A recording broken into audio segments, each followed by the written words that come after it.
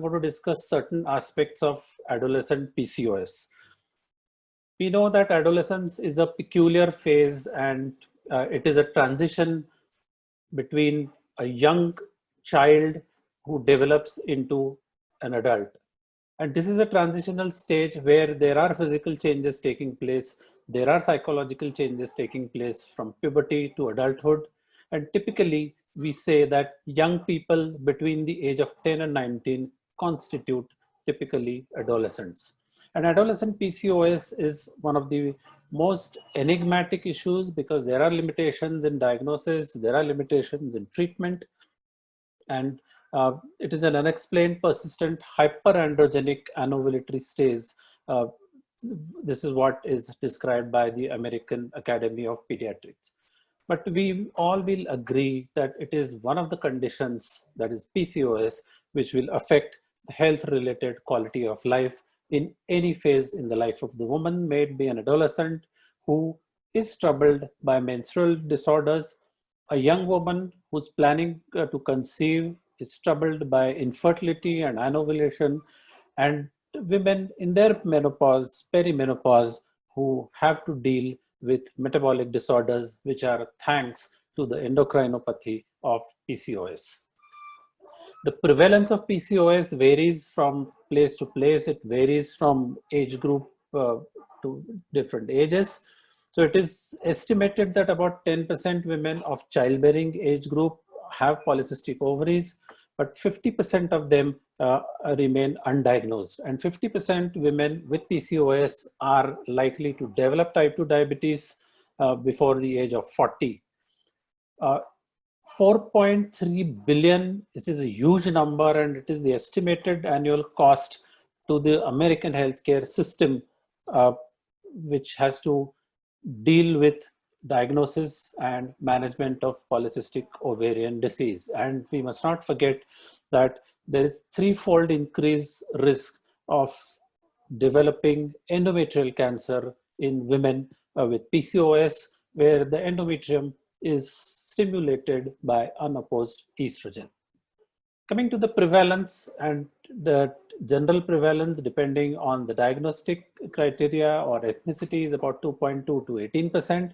And it is increasing because we are seeing a lot more children with obesity, and we are also able to diagnose young girls with polycystic ovarian disease.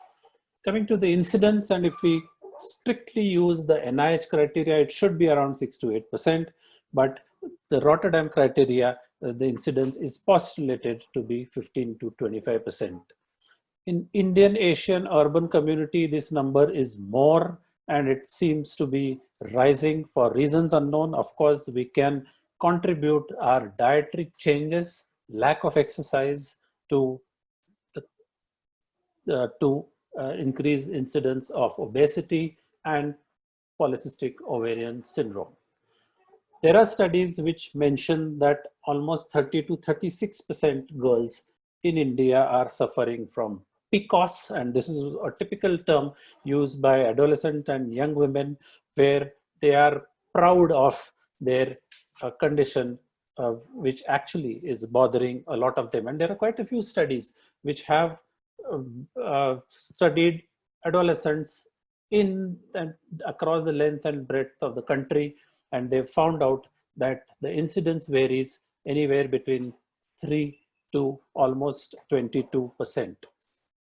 Of course, there are certain risk factors which are responsible for increased incidence of polycystic ovarian syndrome, and premature puberty, that is before the age of 8 years, is something which is definitely a risk factor.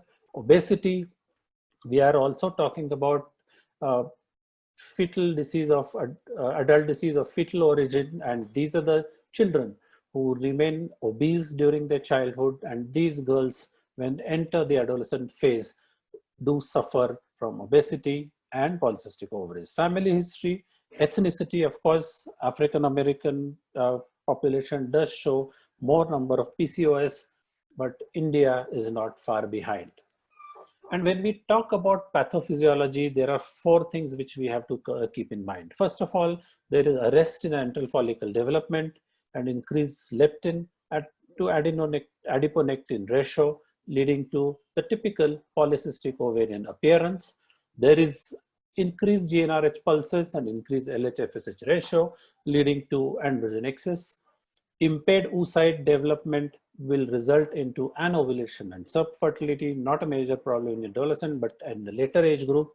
And genetics do have its own role to play. Sedentary lifestyle and obesity would be responsible for insulin resistance and metabolic implications. And all these factors together are troublesome in the life of the adolescent. And these adolescents do present to us with different problems, and they do pose a lot of challenges as far as the diagnosis is concerned. There are some who come to us with menstrual irregularities, some with chronic anovulation. Hyperandrogenism is something which is so much troublesome for young girls, acne, hirsutism, alopecia, and ultrasound showing polycystic ovarian disease. Let's first talk about the menstrual symptoms, which are troublesome in girls with polycystic ovarian disease. Typically, 70% girls do experience irregularity or disturbance in the menstrual cycles. 50% of them will have amenorrhea, oligomenorrhea, 10% will have amenorrhea. Abnormal heavy bleeding is noted in about 10 to 15%, wherein hyperandrogenism is noted in about 70%, acne, hirsutism, and alopecia. Of course, we do not get so many girls with alopecia. Probably the dermatologist would get more number of patients, and it is reported that almost 20% girls do report with alopecia. Acanthosis nigricans, which is seen even in lean girls as well as obese girls. Obesity is noted in about 50 to 60%, and normal menstruation is usually there in about 20%. When we talk about the pattern of menstrual irregularity and other presentations, which we must analyze in detail, especially when we are taking history, when the girls come to our OPD and tell you that they get periods only if they take some medications for withdrawal. So we have to start thinking that probably we are dealing with a girl who has polycystic ovaries. Amenorrhea is also one of the symptoms where girls give history of loss of periods for quite some time. I've had one patient who came to me after amenorrhea of 3 years, and on investigations, we found out that she had polycystic ovaries. Luckily for us, she did respond well to withdrawal and the COCs later. Heavy menstrual bleeding is also an occurrence, and typically delayed menses followed by heavy bleeding is what is the commonest seen. Anemia is a cofactor which is noted in girls who do bleed rather heavily. Menstrual problems are definitely more in obese girls as compared to the lean PCOS, and it is well accepted that if menstrual irregularities persist for 2 years after menarche, then the risk of PCOS is extremely high. So here we have to keep in mind, when a girl is brought to you in your clinic and with history of menstrual irregularities, and when you take history, we all know that for first 2 or 3 years, it is possible that the girl will take longer time because her HPO axis is yet to develop. But if the irregularity persists beyond 2 years, we have to keep in mind that probably we are dealing with a girl who's likely to develop polycystic ovaries at a later. Ferriman-Galloway scale is something which all of us must remember, especially when we are talking about hyperandrogenism in young girls. And this is how you classify androgenism. The scoring system will tell us exactly how severe is the hirsutism, and depending on the score, we have to assess the patient and take a call as to what is to be treated, how she has to be treated. Coming to diagnosis, but before diagnosis, we have to understand that normal pubertal changes may also resemble PCOS. So some girls do have menstrual irregularities, some may show signs of hyperandrogenism, and some may exhibit insulin resistance. So we have to be vigilant when we are dealing or we are with, when we are labeling a girl who has polycystic ovarian disease. So when we talk about menstrual cyclicity, and typically if you see in the first year after menarche, almost 85% girls will have anovulatory cycles. This number will reduce to 59 by the end of 3 years, and by 6 years we expect 75% girls to have normal onset of menstrual cycles. But the prevalence of polycystic ovaries will slowly increase. It is estimated that in a 6-year-old, it would be around 6%, and which would increase to up to 26% by a 15-year-old. Of course, this totally depends on the ultrasound. This data is old, and with the newer classification, we have to take it with a pinch of salt. There are physiological changes in adolescents which may mimic polycystic ovarian syndrome, and we have to be really vigilant when we are dealing with girls. But then these are the girls who are possibly going to develop polycystic ovarian disease at a later age. Coming to the diagnostic criteria, in the 90s, we had NIH putting the diagnostic criteria as menstrual irregularity, hyperandrogenism, and exclusion of other etiologies.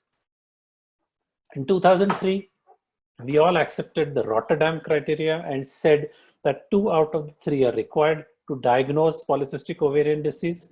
So menstrual irregularity, hyperandrogenism, and ultrasound showing polycystic ovarian disease. Of course, here we are excluding other etiologies. And Androgen Access Society in 2006 has put diagnostic criteria as menstrual irregularities plus minus USG showing polycystic ovaries, hyperandrogenism, and of course we need to exclude other etiologies. But when we are talking about ultrasound in adolescents, it is possible that the ovary may look enlarged, and it may be multicystic rather than polycystic. So Carbina in 2010 stated that 3 factors should be considered. One is hyperandrogenism, where there could be biochemical or progressive hirsutism, ovulatory dysfunction persisting beyond 2 years post-menarche, and polycystic ovarian morphology with ovarian volume of more than 10 ml. Clinical manifestation, all of us are very well aware about the acanthosis, hirsutism, hair loss, acne, obesity, and irregular cycles.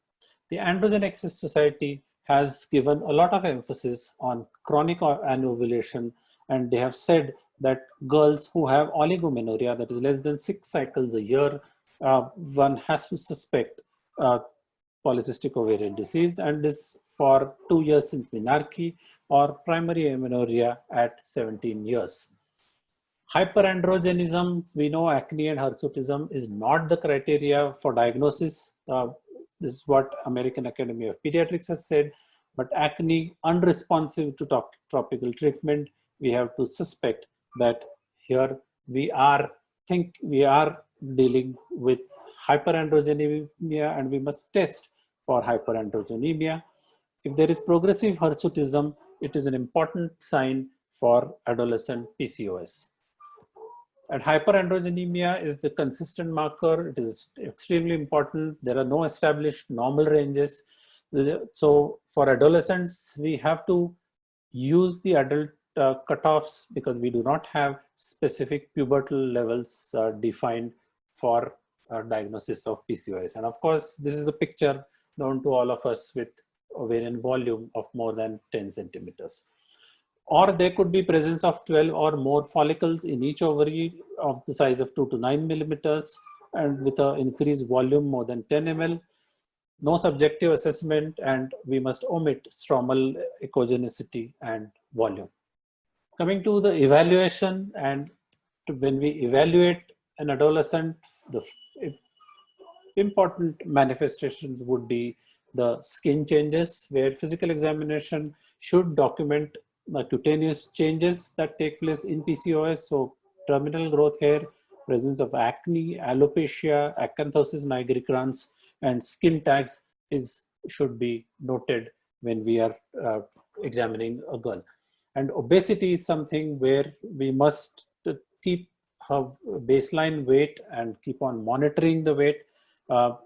Waist circumference is something which is again an important, and calculation of BMI will also be of help, especially when we are treating these girls in the future. And we must tell them that these girls do have increased risk for metabolic disorders at a later age.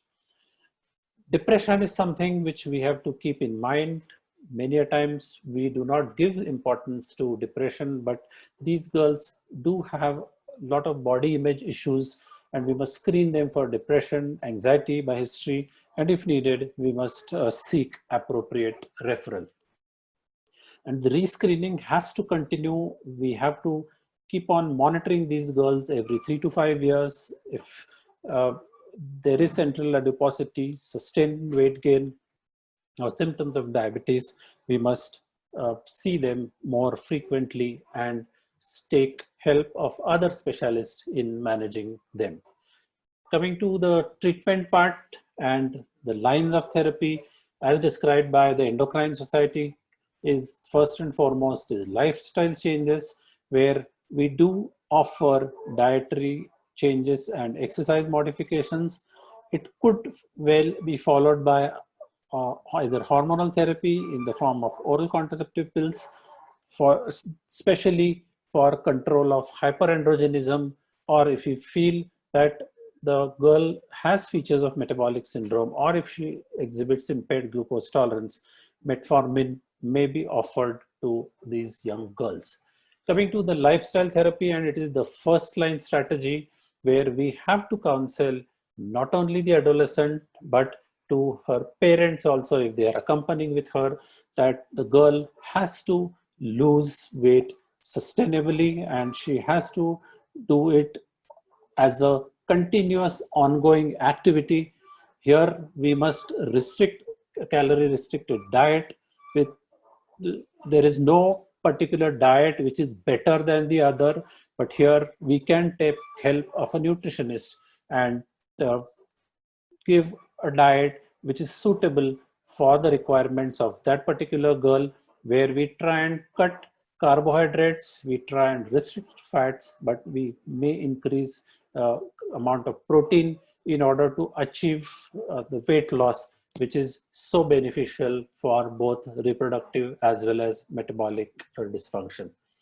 And obesity during adolescence, here we must remember that it is an important factor that conditions the evolution of ovarian function. So here lies importance of counseling also. Whenever we are talking with a girl, an adolescent with polycystic ovarian disease, we have to tell her that you are talking to her not only as a therapy for next couple of years, but you are looking at a longer duration of time.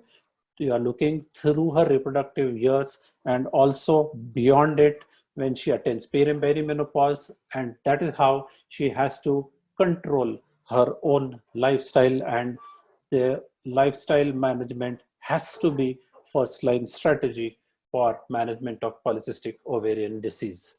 So it is seen that weight loss of 2 to 5% can result into reduction of testosterone by 21%, and it resumes ovarian regular ovulation in about 50% women. So if we counsel the girl and explain her that if she loses about 5 to 10%, which is really not much, her cycles may in fact become regular, and her weight loss may also be controlled, or it could be noted in a much better way.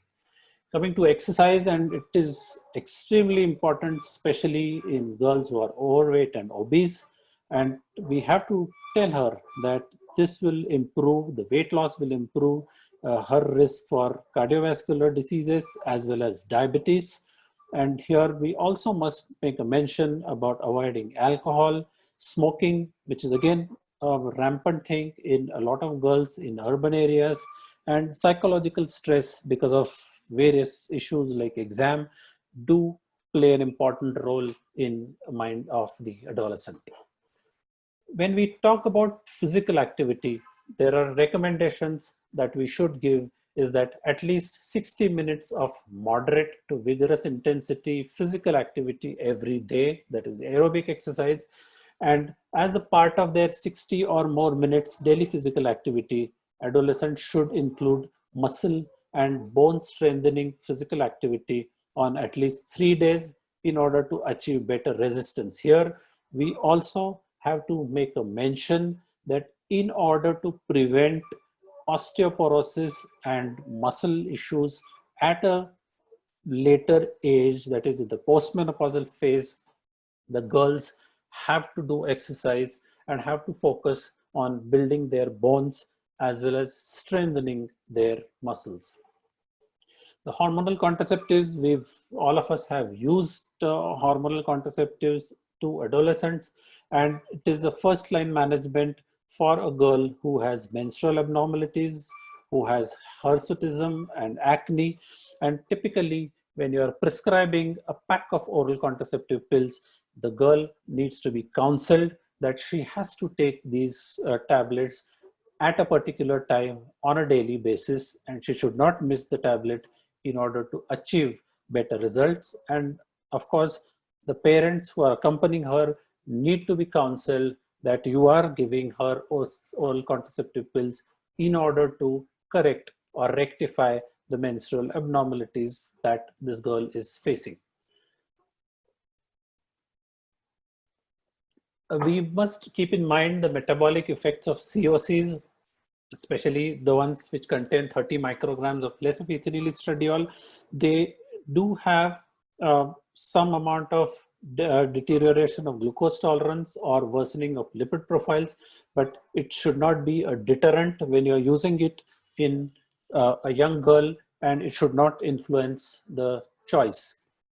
There are some concerns with COCs in the minds of the patient as well as their mothers, where they would typically ask about hypertension, possible weight gain, and acne. And to them, we can specifically answer that as far as hypertension is concerned, in few 10 millimeter rise of blood pressure may be there, which settles when the drug is off. So this is something which is not really critical.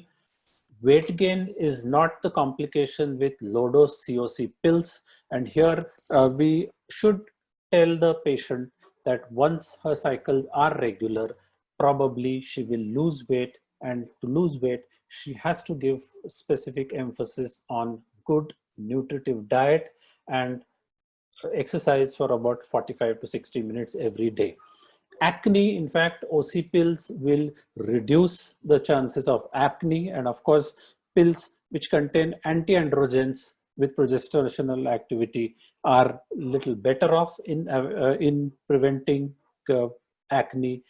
So the pills which contain cyproterone acetate will work well, especially in women who are bothered by acne along with polycystic ovaries. Venous thromboembolism, we know that it is a concern, especially if the BMI is high, and this risk is further increased in women who are taking CPA or even third generation progestins, including drospirenone. So if you are dealing with a girl who's obese, and if you wish to put her on oral contraceptive pills, we have to counsel them, and we have to think twice before prescribing pills to these girls. Metformin, typically it is used in girls who have polycystic ovarian disease and show signs of metabolic syndrome or impaired glucose tolerance. The long-term resumption of ovulation, especially those with an inadequate response to lifestyle intervention, and it is commonly used as the first line monotherapy or in combination with COCs or anti-androgens. The combinations of metformin and OCs, I personally have not used this particular regime in patients, but it is said to be attenuating the adverse metabolic effects of OCs, improving body composition as compared to OCs alone. So it may be worth considering adding metformin in select patients. And duration of metformin, it has not been determined, and until the patient is gynecologically mature, that is 5 years post-menarche, or has lost a substantial amount of weight, we can think of considering this combination therapy.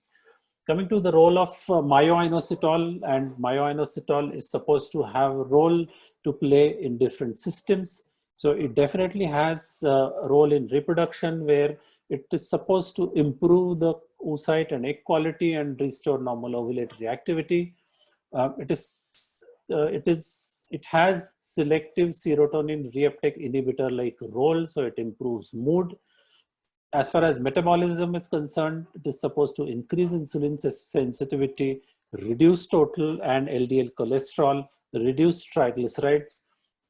As far as bones are concerned, it is supposed to improve calcium in bone, increase structure of bones, strength of bone structure.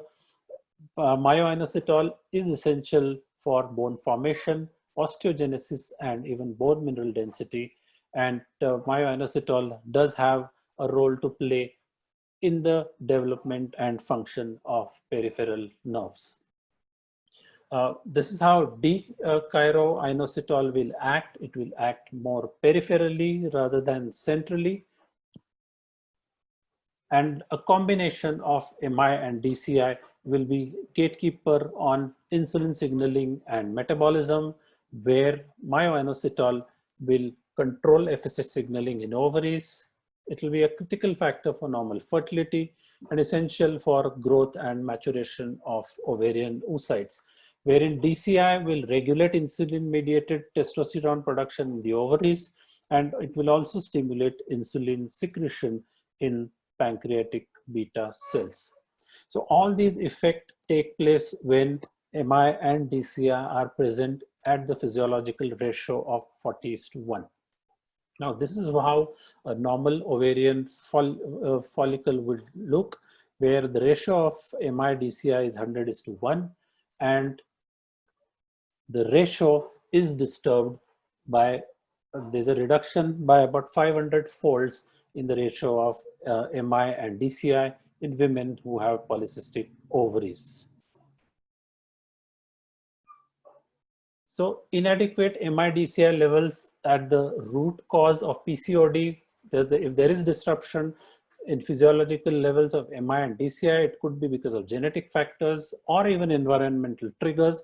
It would result into deranged insulin signaling, result into impaired glucose metabolism, insulin resistance, and thus hyperinsulinemia. And of course, hyperinsulinemia will be responsible for LH hypersecretion, eventually producing more number of androgens, which are also seen because of inflammatory response from the ovarian theca cells.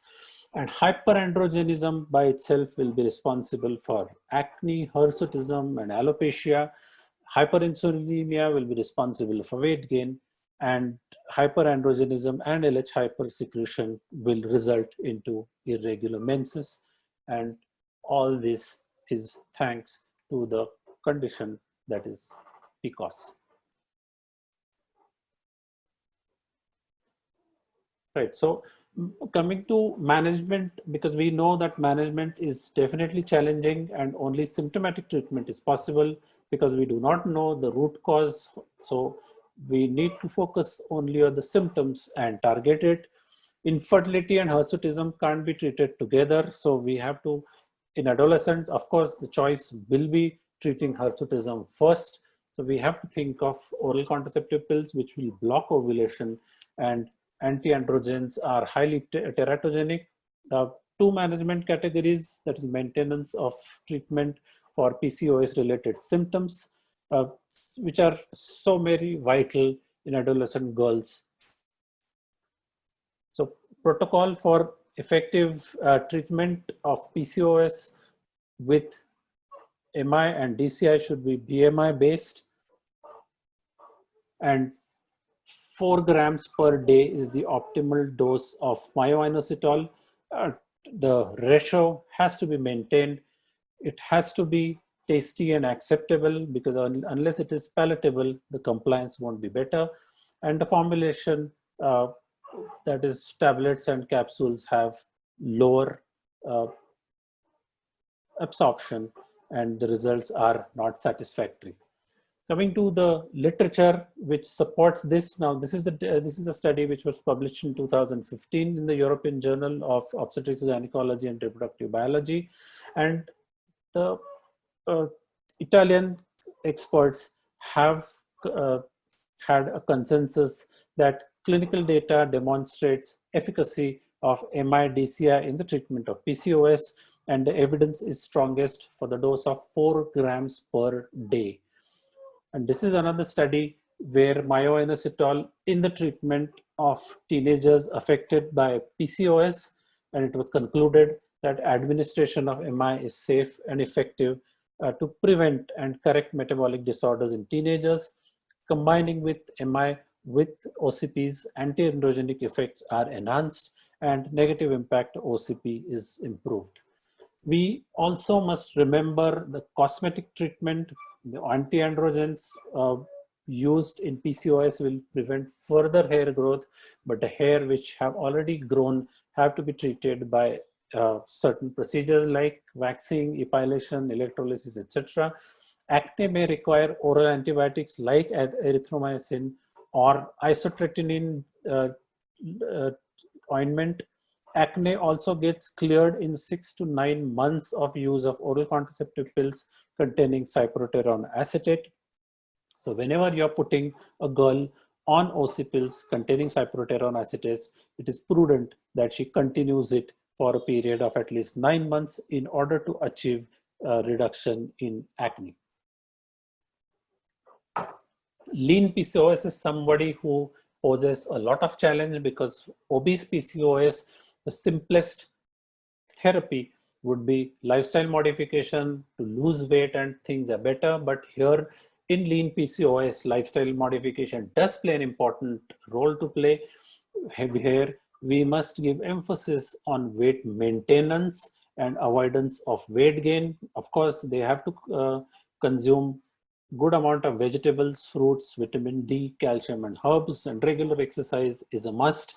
And then if we feel that the clinical response is inadequate, one can think of adding metformin plus minus myoinositol along with additional management for following conditions, that is hirsutism, menstrual disorders where we may think of giving progesterone alone or combined OC pills, acne we've already talked about. And this is a concluding slide where one of the main reasons for increase in incidence of PCOS is increased incidence of obesity in adolescents. So here we have to make sure that exercise and healthy lifestyle is something which is inculcated in a child from a very early age. Primary prevention of maternal malnutrition will prevent LBWs or growth restricted babies, which are risk factors for polycystic ovarian disease. So we have to take care of these mothers as well. Girls who are at risk of PCOS, that is premature puberty or premenarchal and premenarchal obesity, acanthosis nigricans, etc. We have to ask for a family history of type 2 diabetes, central obesity, and one can think of giving her metformin with exercise and healthy lifestyle. And prevention of adolescent obesity and PCOS will ensure positive psychological, metabolic, and reproductive health of adult female population. And of course, the lifestyle modifications are really important, and they are the primary treatment modalities for polycystic ovarian disease. And medical therapy has to be used judiciously, and this would depend on case to case, where we have to consider giving her estrogens plus progesterone or progesterones and some specific progesterones like drospirenone, etc. Insulin sensitizers do have one very important role to play in management of polycystic ovarian disease. We must offer cosmetic or local therapy, especially for girls with hirsutism and which do not respond well to medical line of treatment. And one very important thing we as healthcare providers for women should remember is about the psychosocial support these women or these young women require, because they are the ones who are obese, they are the ones who are facing problems of hirsutism, acne, and these may result into severe body image issues. And we as caregivers of women should help all these young girls in order to curb the problems of polycystic ovarian disease. So thank you very much.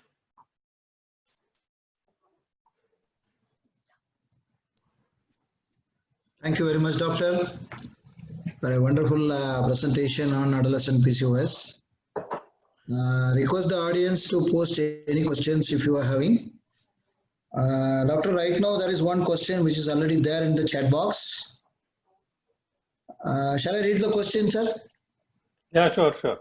Yeah, there is a question from Dr. Poonam Gupta. If there is a depression on OCP or cyproterone acetate, should we stop? Is the question, sir. Right. Now, whenever we are dealing with a girl who has depression and who's already taking OC pills, I think it is a good idea for us to get her counseled from a psychiatrist or a counselor, because the pill by itself may not be the only cause of depression.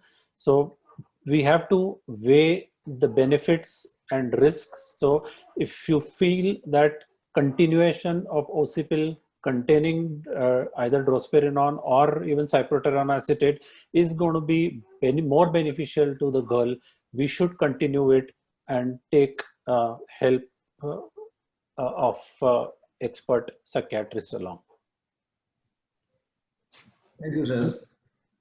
There is another question from Dr. Seema Bairi. What is the right dose of D-chiro to be prescribed per day? Right. There are various combinations available, and if you look at the combinations, the doses also vary, because there are few studies which do mention about 4 grams of myo-inositol, and that is what there's a good literature which mentions about it. There's a literature which mentions about the combination. Now, combination of 40:1 is something which has been talked about being prescribed, and there are some studies which do mention about altered ratio of MI and DCI. So whatever literature that convinces you, we can think of giving that particular dose. But if you are prescribing myo-inositol, 2 to 4 grams is something which is recommended. 4 grams, I've just presented few studies which does emphasize on the dose of 4 grams. Thank you very much, doctor. The next question is, should we change over to spironolactone? The first question which was asked, no, depression on OCP. Yeah. Dr. Poonam has asked, should we change over to spironolactone in such conditions? If you feel that the girl has, she is facing depression because of the OC pills, one can think of stopping OC pills, counsel her and put her on spironolactone. But I personally believe a combination of ethinyl estradiol and cyproterone acetate works much better in girls who have hirsutism and even acne as with polycystic ovarian disease. Thank you, sir. Dr. Savitri is having one question. How long OCP can be given? Okay. Now, I would say that here we are dealing with girls who are young, who are in their who are say 16, 17, 18, or even 20. Now, at such a young age, one can think of continuing oral contraceptive pills for a longer duration of time. There are studies which mention that OC pills can be offered very safely up to 5 years to these girls. But I would not talk about the maximum thing, but if you are giving her OC pills, give her at least for a span of 9 to 12 months, because 9 to 12 months is a good time where the skin will be cleared off. So the problem of acne will be reduced. Hirsutism will be reduced to a certain extent. She may not lose hair, but at least development of new hair is something which is prevented. And of course, 9 months to 12 months is a good time for her to lose weight and see whether she can do away without taking combined oral contraceptive pills. Thank you, sir. The next question is, how long to continue myoinositol? Question from Dr. Padmavati Dureraj. Right. Again, this depends on the motivation of the girl. If you read the literature, myoinositol is something which can safely be administered, but here we need to counsel the girl and continue it till she achieves the targeted weight. So here we are supporting her with myoinositol or even metformin for that matter, and which will aid in reducing her weight. So once she reduces her weight as per the target given to her, and we would certainly like to observe her menstruation, we would certainly like to see her ovulation pattern, or we have to monitor her by even doing ultrasound and then take a call about stopping the medication. But these two medications can very safely be given for years together. Thank you, sir. Dr. Savitri has got another question. How long metformin can be continued? Yeah, I talked about metformin in the last thing. That way, I think that also is answered. Any other questions, doctor? You can post any other questions. So rather than questions, I would invite comments from Dr. Sampath, who was chairperson of Adolescent Health Committee of FOXI, and she has done tremendous work in the field of adolescent health. And I would also ask Dr. Ramani Devi to comment after Sampath. Good evening, Dr. Parag, and all viewers. It was fantastic. See, most of everything was a fantastic talk, Dr. Parag. As you told, most of them are in the impression that they can give OC pills only for 1 or 2 years. As you told, I have seen patients who has been taking for more than 3 years. And similarly, this myoinositol, most of them are not giving for adolescent. But in my practice, it is very, very useful with the dose you told, 4 grams. That myoinositol can be continued even for 1 year, as you told. Whatever may be the treatment, metformin and whatever, the lifestyle modification should be continued with any tablet. That usually, as for the girls and adolescent, I will tell 3 meals, 3 snacks, and 30 minutes exercise. Lifestyle with all tablets. Thank you, Dr. Parag. Yeah, Fantastic. Thank you, Dr. Sampath. Dr. Parag, it was a very fantastic lecture. Then I have certain things. Suppose a patient, adolescent girl, due to some problem or other, initially maybe they may be taking the OCPs, but they may not like to continue for a very long time.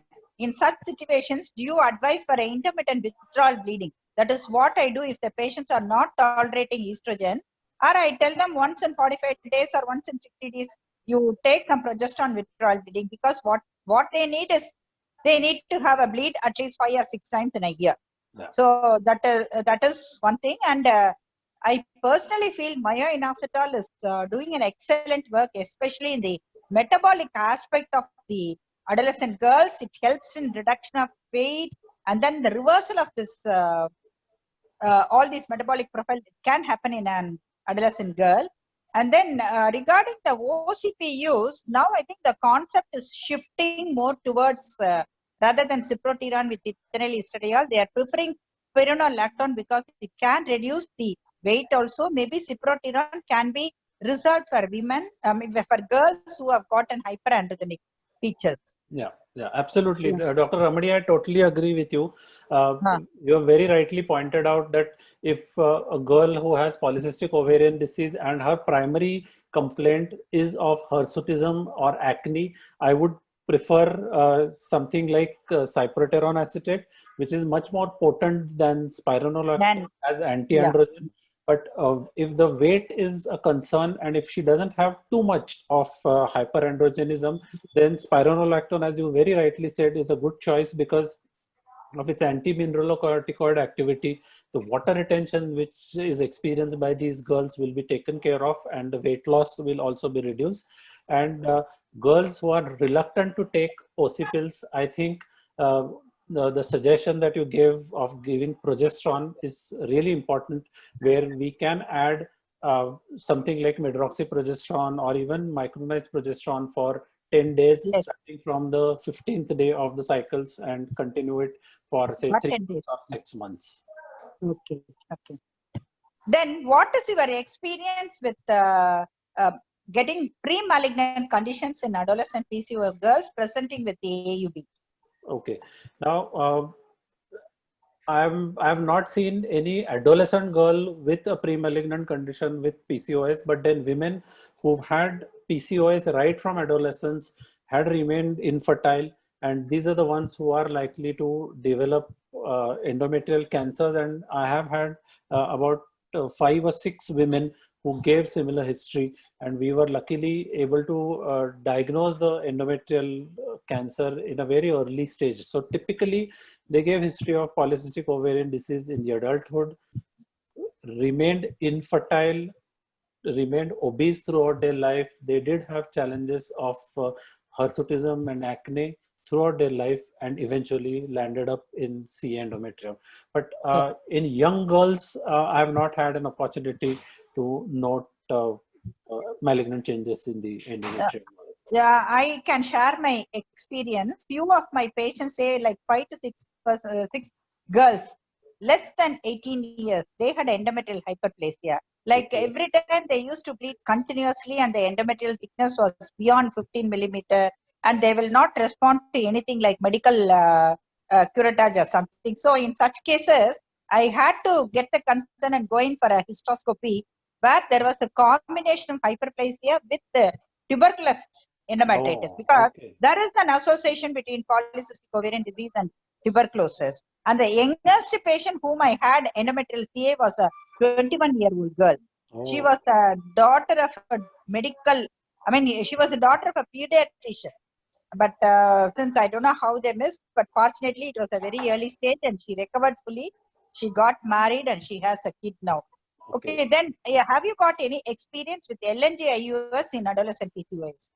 In adolescent PCOS, no, but then in little older women who are in the reproductive age group with PCOS, we have used LNG intrauterine system, and it works both ways. It causes thinning of endometrium, so endometrial hyperplasia is prevented. The menstrual irregularities are taken care of, because most of these women tend to be amenorrheic with LNG intrauterine system, and of course this gives them additional contraception also. But in adolescents, I have not had an opportunity to use LNG-IUS to counteract the endometrial hyperplasia. In women in their 20s, I've used it, but not before 20. Then in adolescent girls with abnormal uterine bleeding secondary to bleeding diathesis. Right. So in such cases, I have We can. experience of using this LNG-IUS, because factor VIII deficiency, these young girls, they will not respond to anything. Every bleed, That's they right. used to have a transfusion with the factor. So in such patients, I had tried and it is working. Right. I think anyway, I should congratulate you for such an excellent lucid talk on this adolescent Thank you, PCOS. Dr. Ramani. Thank you. Thank you. So, Mr. Balaji, if there are no more questions, can we close the session? One more question from Dr. Poonam on the dose of spironolactone. I think Dr. Sampath can 2 take milligram. this. No, Spironolactone. I'm not using Even I spironolactone. have not used spironolactone alone in any of the patients. Only the combination, I have also used only combination of ethinyl estradiol with spironolactone. Okay. That must be, I'm not sure of the dose. But finasteride I have tried for very severe hirsutism. Okay. Come along with the oral contraceptive pill, I have tried using this finasteride. That Okay. also helps, but not in an adolescent PCOS, but maybe for an adult PCOS I have used. Okay. Adolescents are comfortable with the cyproterol, as Parag told. I have never used the spironolactone. But now it is a changing concept of Madam. Yes, madam. You will see the dose, but dose I am not very sure. No, it is a combination. Spironolactone with ethanol estradiol. OCP Maybe only. 100 milligram, I think. I'm not sure. Thank 50 you, to Parag. 100. Somebody has Fantastic talk. So, Mr. Balaji, once again, thank you very much for arranging this session.